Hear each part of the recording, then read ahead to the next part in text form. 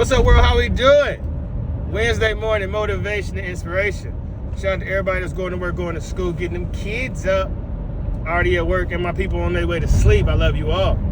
Hope you tapped in with the plug this morning. Hey, so I got a proud father story to share with y'all this morning. Hope you got a little time for me. So I had two sons, Monster and Bug. I had them when I was young in a toxic situation. And when they were 1 and 2 months old, their mother moved them out of Kansas City to Memphis. And I really never got to see my 2-month-old that much, obviously. And then after they were in Memphis for a while, they moved to Texas.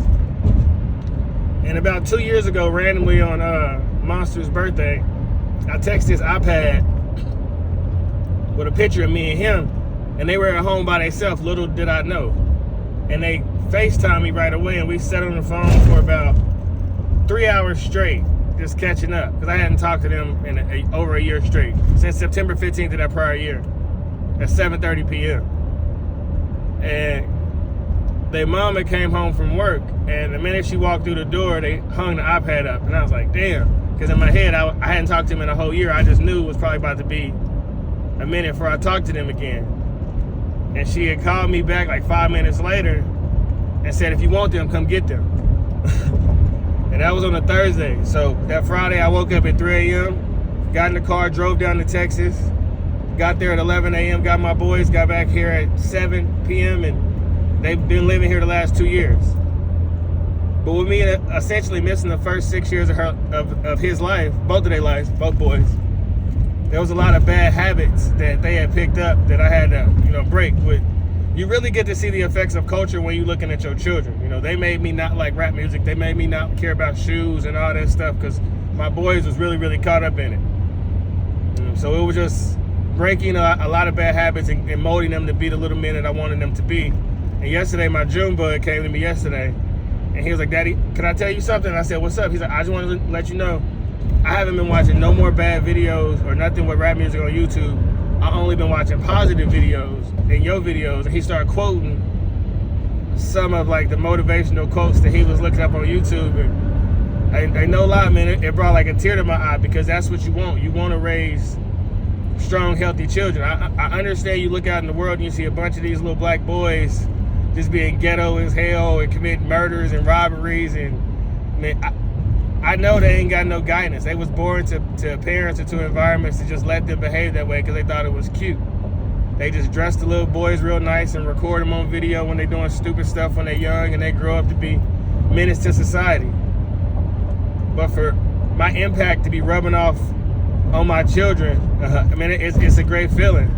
And I just wanted to take a minute to shout out all the fathers who know what it's like to not spend time with your children, to miss them, to not be able to see them, to be on child support, to know the court hearings, all those things. And that's why I believe in God. That's why I believe in the power of prayer. Because I know how many nights that I was saying, God, tell my children I love them.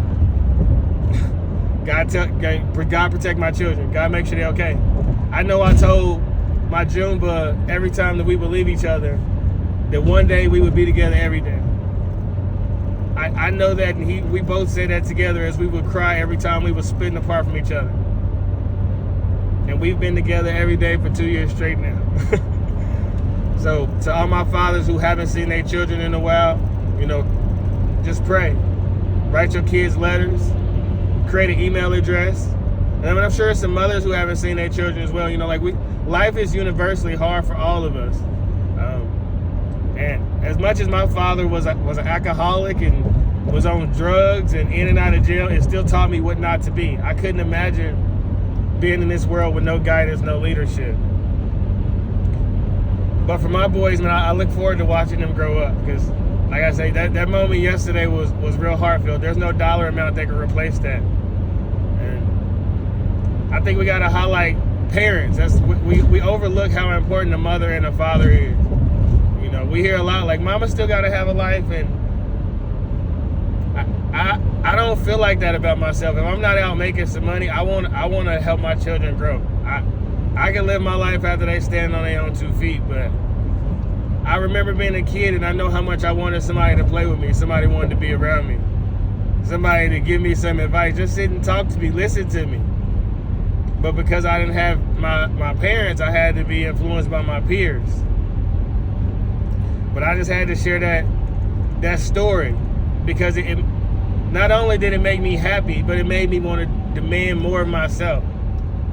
Like, if he's proud of who his father is now, or wait till he see his father in 3 years.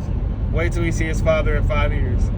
That's what I'm encouraging you to do on this Wednesday morning. Demand greatness of yourself. Because the world is not going to demand for you to be great. The world going to tell you, so go stay where you are. You don't have to push yourself to be better. And yes, I say you got to love yourself. But loving yourself comes with continuous improvement in yourself. Because spirit is always looking for fuller expansion. Grow or die, create or disintegrate. And my spirit is just expanding right now. And that light is just shining brighter and brighter and brighter. And the more you shine your light, you unconsciously motivate others to shine theirs. I've had a lot of people ask me, do I have a list of books? And I promise I do. I just gotta get time to create a video for it.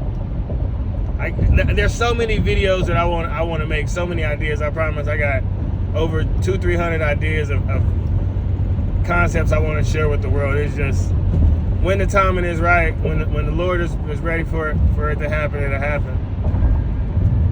But as of right now, we on that slow grind.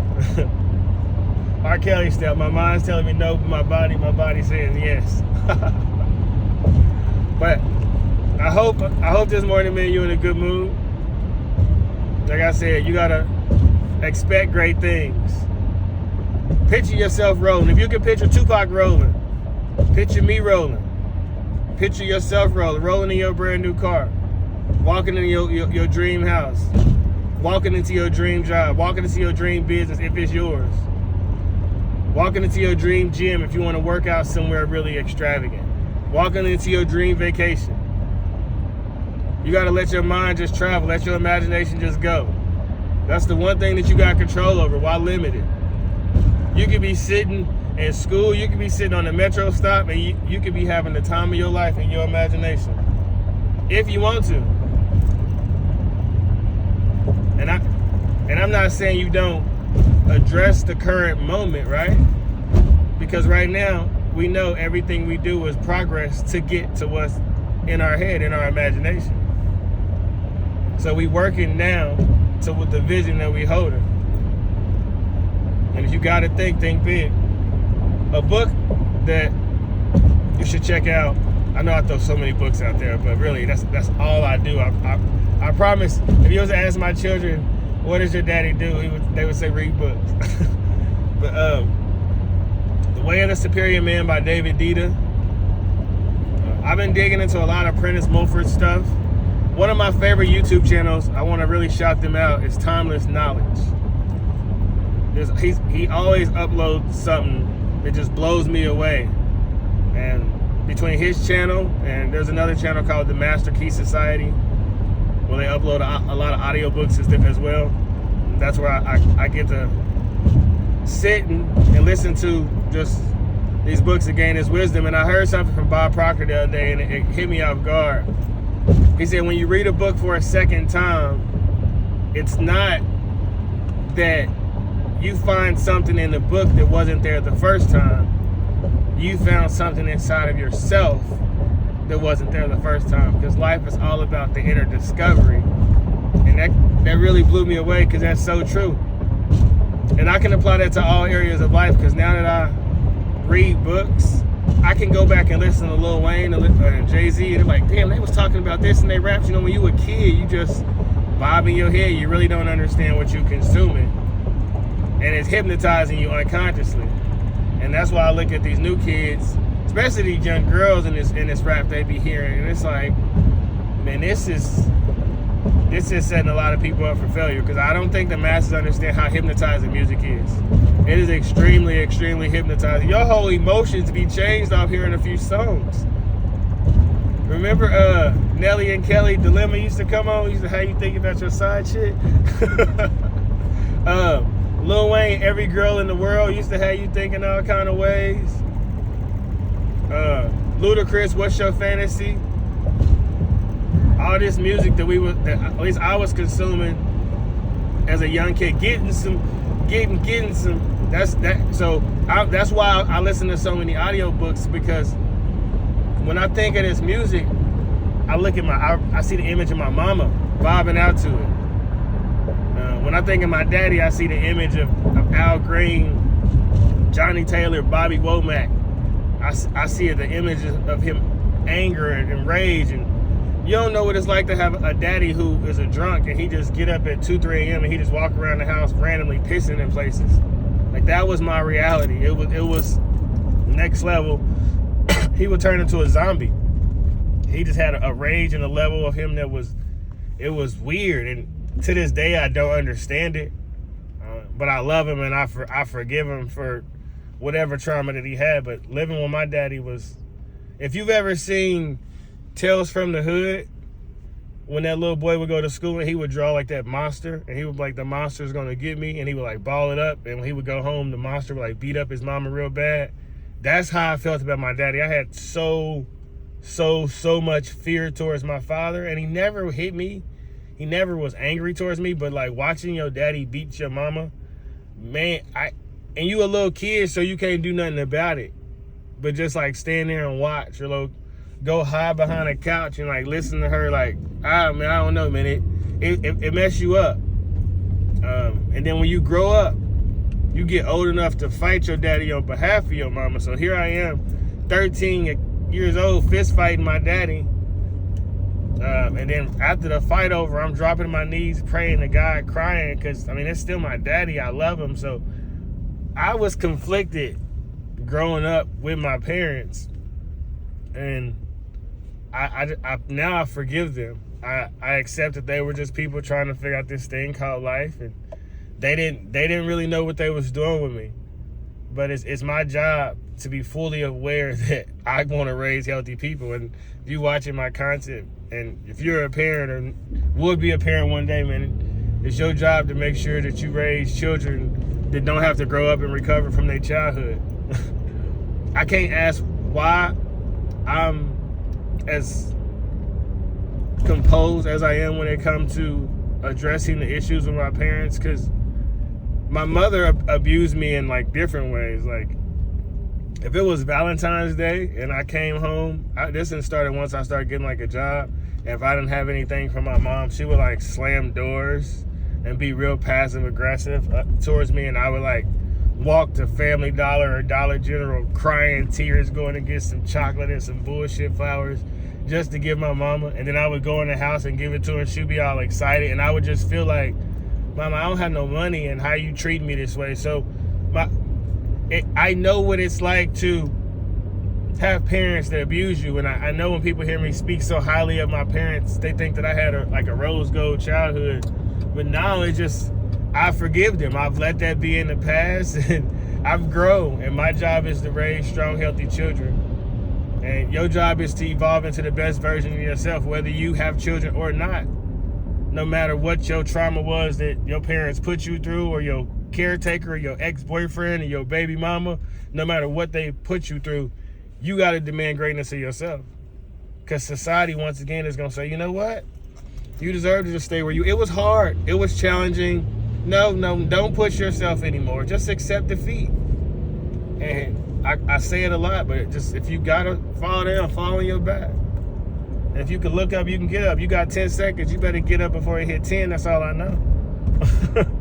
That's all I know. And life give you more than 3 times. That's the beauty of it. You can get knocked down 35 times. Just get up before that 10 seconds. Because you don't want to get too comfortable laying there. You want to look up and analyze what happened. It ain't an L. It's a lesson. And then you get up, dust yourself off, and keep going. And that's what we want to encourage for the men of the world, the women of the world, and also our children. Like, if you don't put nothing else in children, you got to put courage. You know, to be proud of who they are. We don't need little black boys feeling like they less than because they black and the cops are going to kill them. We don't need little white boys feeling like they white supremacists just because of their skin color. We don't need girls feeling like... We just need to stop judging people by our worldly standards, because we're insecure and we haven't risen to a level of self-acceptance. and let children figure out who they are. When I was a little boy, I didn't need you to come into me telling me, hey, you may be in the wrong body. Well, get out of my face. I raise children right now. I worked at a school right now. The mind is fragile. We all know this. The brain isn't fully developed until 25. So as parents, we have to protect our children and raise them to be strong, loving, caring individuals, and to not go with the flow, but be the flow. Don't follow the wave, set the waves. Be the waves. Don't follow the trends, be the trend. And on this Wednesday, I hope you believe in yourself. I hope you smile, and I hope you expect great things, because greatness is on the way. You can do anything in this thing called life with faith, consistency, hard work. I love you all. Share this video with somebody who needs it. Never be too proud to pray. And I'm going to say it one more time. You've got to walk around smiling, because blessings, they on the way. I love you all, baby. We out here. Peace.